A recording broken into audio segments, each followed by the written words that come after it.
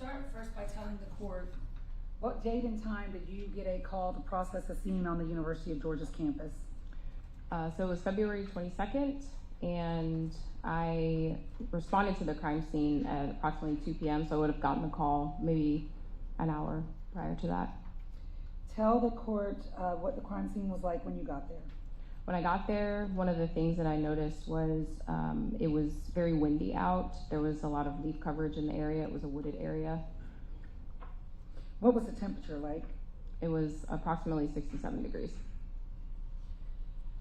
Was this an outdoor scene? It was an outdoor scene. Can you tell the court what are the challenges particular to outdoor scenes? So with an outdoor scene, obviously you're dealing with weather conditions, basically Mother Nature, could be directly impacting you. Whereas when you have an indoor scene, even if it's raining outside, it's not really going to impact how you work. And did you find any challenges with this particular scene due to the foliage? Yeah, so like I stated previously, the leaf coverage was kind of thick in the area that was off of the trail, and it was also very windy. And so how did that impact you and your ability to process the scene? Well, when it's windy, obviously things are not going to stay where they normally are or where they were previously. So you kind of have to take that into account when you're looking for evidence. Did you process the scene by yourself or with others? With other people. And tell us a little bit about that process in this particular case. So how our agency works is we are a request-only agency, which means that an agency has to request us for assistance. That may mean us taking over the entire case. That may mean us just working the crime scene. That may mean us just doing a few investigative acts for them. So in this case, the University of Georgia Police Department requested for us to, or for me to help process the crime scene. Who did you work with specifically with the University of Georgia Police Department in processing the scene? That would be Sergeant, well, now Lieutenant Saunders. And how did y'all go about processing the scene? Was it together? Was it separate? Tell us about that process here. Yeah, so what we decided was because they were going to be the primary agency on the case, I took photographs for them. That was what they requested. And then I assisted with collecting the evidence, but Detective Saunders took possession of all of the evidence. And when you said you assisted in collecting it, were you literally standing side by side as y'all were collecting it together? Yes. I want to start with an overall of the crime scene and your crime scene sketch, which would technically be State's Exhibit 85. And for ease, Your Honor, we have a blown-up version of State's Exhibit 85, which I think would be easier for the witness to testify to and would not have to leave the stand for that. So may I approach the witness? Yes. I'm handing you what's been marked as State's Exhibit 143. Do you recognize that? I do. What is it? It is a blown-up copy of my crime scene sketch. So is State's 143 just a blow-up copy of State's 85? Correct. And would using State's 143 aid you in your testimony today before this judge to explain the crime scene? Yes, it would. State would move to admit 143 for demonstrative purposes only. I have objection, Judge. Submitted for that purpose. And may I publish it using the easel here if it will stay? Yes. Let's see.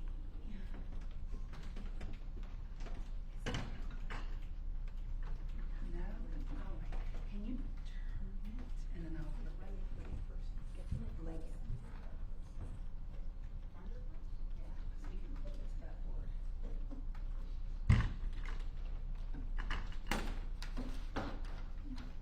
The easel doesn't have feet, so we are going to try to clip it. You need a bigger clip.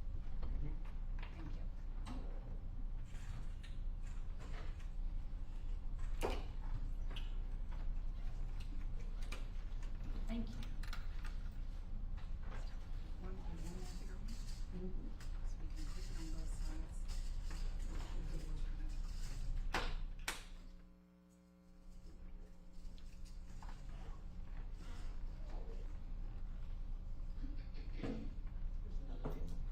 Thank you.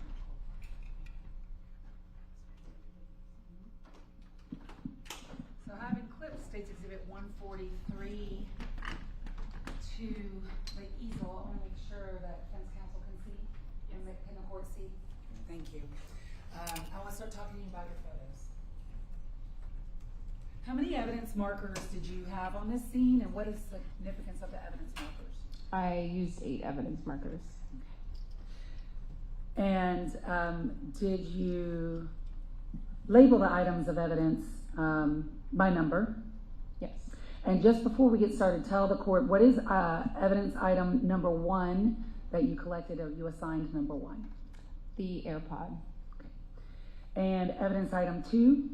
Evidence item 2 was a blood-stained rock. Evidence item 3? A blood-stained rock.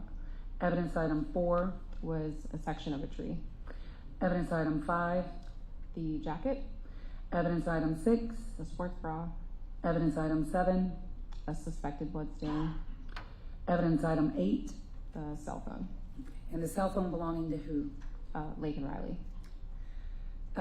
Did you assign these a number by any significance, or just the number in which you collected them, or? Just the number in which I collected them. Sometimes I do it by what I first see. It just depends. I'd like to start first with State's Exhibit and 18. Tell the court, what are we looking at here? So this is an overall photograph of the trail. And in this picture, State's Exhibit 18, in what direction would be Laken Riley's body? It would be towards the right side.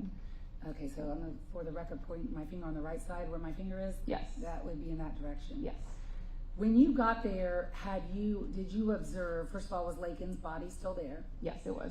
And did you observe any signs of medical intervention? Yes. What did you observe? So with the AED pads were actually still on her body, and the AED was actually still audible. What is an AED? It is a device that first responders use to try to revive individuals. State's Exhibit 22, what are we looking at there? This is an overall showing the area closer to her body, which was near a tree that had already fallen down. The tree that her body was near that had already fallen down, can you see that? Can you point to it for the record? Yes.